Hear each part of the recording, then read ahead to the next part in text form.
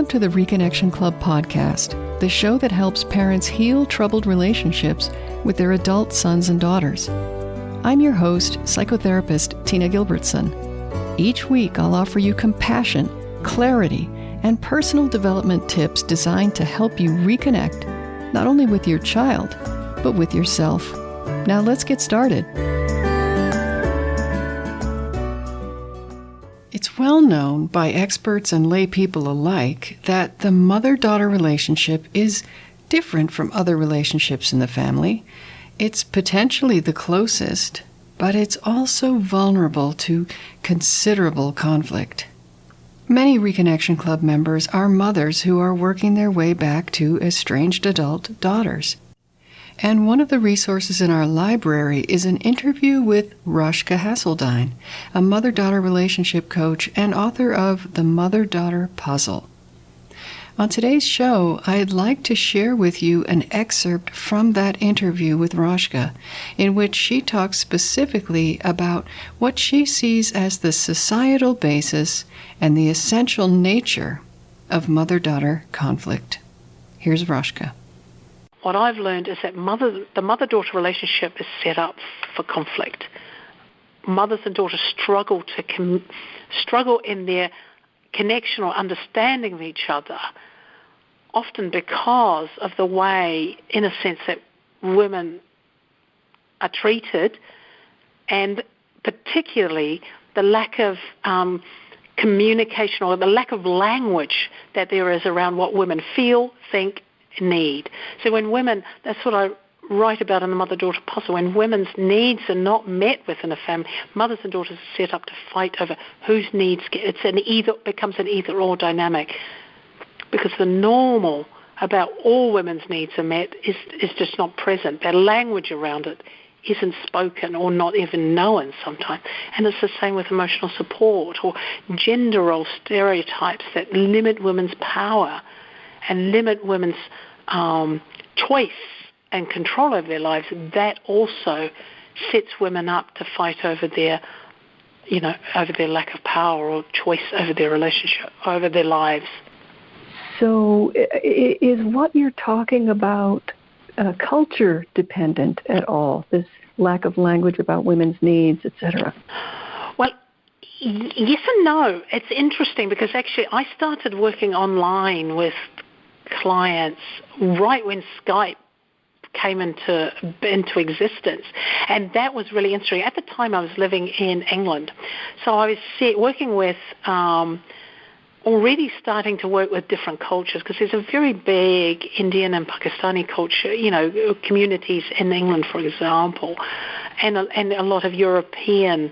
And I myself, even though I was born in New Zealand, my parents were Dutch, so, I come from a sort of fairly European cultural background myself. Mm-hmm. And though there are differences, the one theme that I saw over and over again, regardless of what culture the mother-daughter couple came from, is, again, women's needs. And the more patriarchal, the more patriarchal a family or generationally the family is, the more acute women's needs are silenced. So that is one thing that I've seen across the board, regardless of where, the mother-daughter couple live or what culture they come from. So when women's needs are silent, you're saying this sets the mother and daughter up for conflict. You said that it becomes an either-or. Can you say more about that?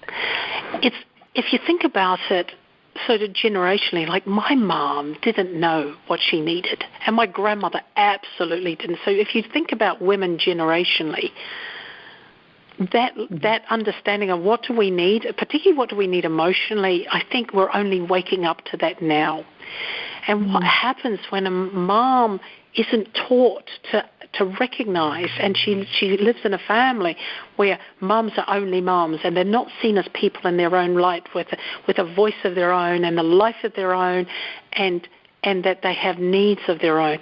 What happens that usually lands then on their daughter, and it's often the eldest daughter, who is then expected, and it's not often a said expectation. It can be an It's an unspoken thing where the daughter sees that mom is too self-sacrificing and too self-neglecting and puts everybody else before herself. And daughters can react to that because, A, they don't want to inherit that. They don't want to repeat that. But they also want mom to take care of herself and to think of herself for once. And so there comes the conflict. And often, and then further down, it can cause the daughter then feeling responsible for meeting mum's unspoken or unmet needs, which some daughters can feel like a burden. And it can be too much because, there are some needs the mum needs to meet. It isn't the daughter's job to meet the mother's needs. I hope that excerpt provided you with something to take away as you think about the relationship you share with your own daughter. How well have your needs been met as someone who has been playing the role of mother throughout her life? And if you look back at your mother and even your grandmother, what were the expectations in the family about understanding and meeting their needs? I think this idea of women's needs being at the center of mother-daughter conflict is worth thinking about. Because, of course, all of us have emotional needs, and for many people in the mother role, for various reasons, those needs have not been adequately met. This may be because mothers are so used to thinking about what others need that they haven't paid a lot of attention to their own needs. Or it could be because of a divorce that left her largely on her own, with all the responsibilities of parenting and none of the emotional or other kinds of support. Or because even if she has a spouse or partner, that person may not be tuned in or they're not adept at meeting the emotional needs of another person, or the mother herself doesn't know how to ask for what she needs, or she doesn't feel like it's her right to ask for her needs to be met. There are so many reasons why a mother's emotional needs so often go unmet. But that doesn't mean mothers don't have needs. Of course we all do. So there may be an unspoken and even unconscious expectation that daughters will step in to meet their mother's emotional needs. This is true in many families, and it sets mothers and daughters up for conflict because daughters, as their parents' children, want their mothers to meet their needs. And there's a push and pull when the daughters reach adulthood until both mother and daughter learn how they can be there for each other to some extent and, to a larger extent, to really be there for themselves in a good way.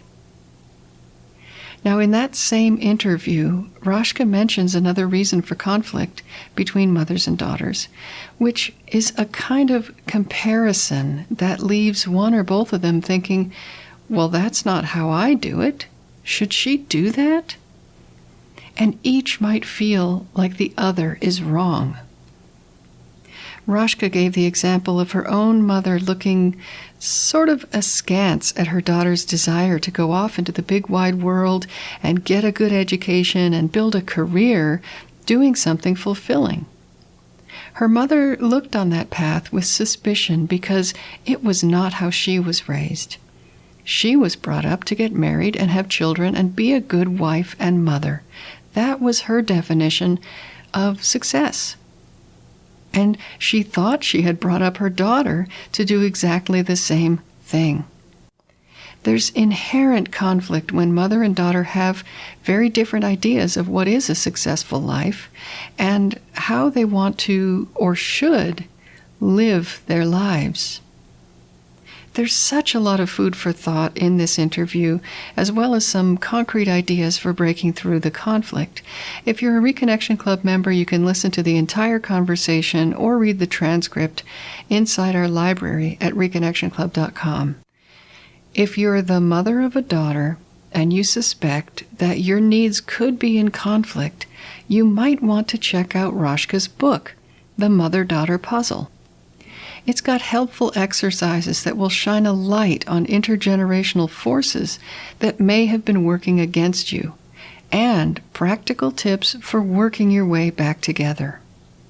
Of course, if your daughter isn't interested in working on the relationship right now, then you'll want to focus on your own contributions so that you can be ready when she is. I'll link to Rosjke's book in the show notes, which you can find at reconnectionclub.com/73. Until next time, remember that you are a loving, lovable, and still growing human being. So please take good care of yourself. Bye for now. If you've enjoyed this episode of the Reconnection Club podcast, I invite you to check out reconnectionclub.com. The Reconnection Club is for parents at any stage of estrangement from their adult, child, or children.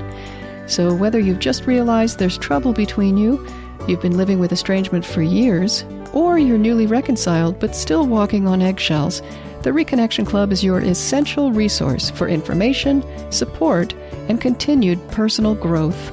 With our courses and workshops, expert interviews, monthly Q&A calls, and a friendly, active community, the Reconnection Club is a wonderful place to be for anyone suffering the pain of estrangement from an adult, child, or children. So check it out at reconnectionclub.com.